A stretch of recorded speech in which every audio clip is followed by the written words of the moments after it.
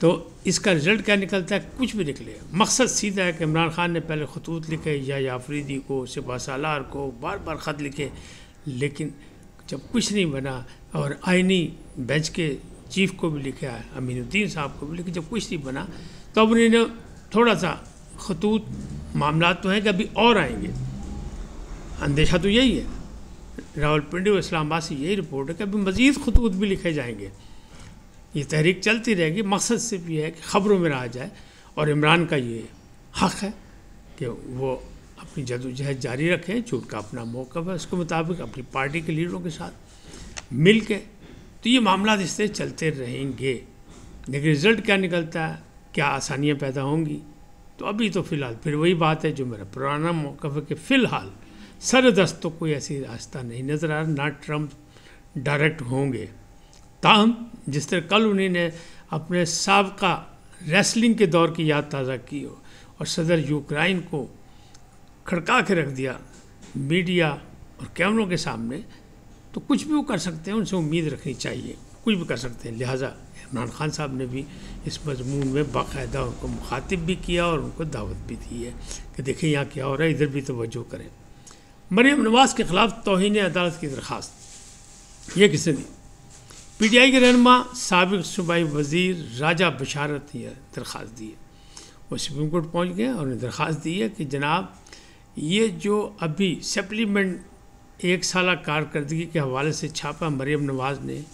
یہ قومی خزانے کا نقصان ہے، اور ماضی میں 2 رکنی جج قاضی فائز عیسیٰ اور منصور علی شاہ اس سلسلے میں ایک فیصلہ دے چکے ہیں، یہ اس فیصلے کی خلاف ورزی ہے، لہٰذا پنجاب کی وزیر اعلیٰ مریم نواز نے کی توہین عدالت، ان کے خلاف کی جائے کارروائی اور انہیں نااہل قرار دیا جائے، یعنی ان کی اسمبلی کی سیٹ بھی ختم کر دی جائے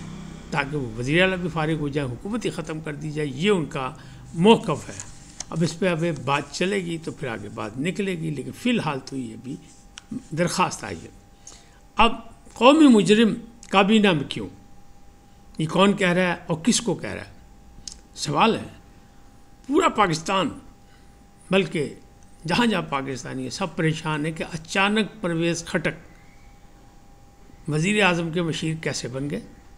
جن کے ماضی میں مسلم لیگ نون اور مولانا فضل الرحمان کو بہت کچھ وہ کہتے رہے، اور عمران خان کی بھی مخالفت کرتے رہے اور ان کی پارٹی سے بھی نکل گئے، حالانکہ وہ وفاقی وزیر دفاع بھی رہے ہیں اور سابق کے یعنی سابق وزیر اعلیٰ بھی ہیں، تو وہ مسلم لیگ کی مخالفت کرنے کے باوجود، الیکشن ہارنے کے باوجود وہ کابینہ میں کیسے آ گئے اور کیوں آ گئے؟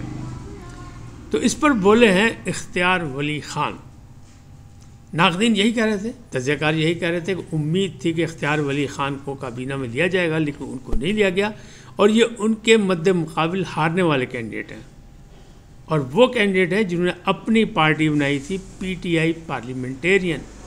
اور بہت سے دعوے کیے تھے کہ ہم عمران خان کا متبادل ثابت ہوں گے کے پی میں، لیکن ان کو زبردست شکست ہوئی اور وہ کوئی کامیابی حاصل نہیں کر سکے، لہٰذا سیاست سے کنار کشی اختیار کر گئے تھے۔ پھر اچانک آئے اور انہوں نے دعویٰ کیا کہ بھائی سے ہوگی میری صلح لیاقت کھٹک سے، تو معاملات ہمارے فیملی کے بھی ٹھیک ہو گئے، اور پھر ایک جلسہ بھی ٹکا دیا انہوں نے، جلسہ بھی بھرپور انداز میں کر دیا۔ اس کے بعد آگے وہ کابینہ میں مشیر کی حیثیت سے، پارٹی میں نے آپ کو بتا دی تھی کہ ان کی پارٹی بھی وہی ہے، یعنی ڈیوٹیفل لوگوں کے، یہ ڈیوٹیفل امیدوار تھے، لہٰذا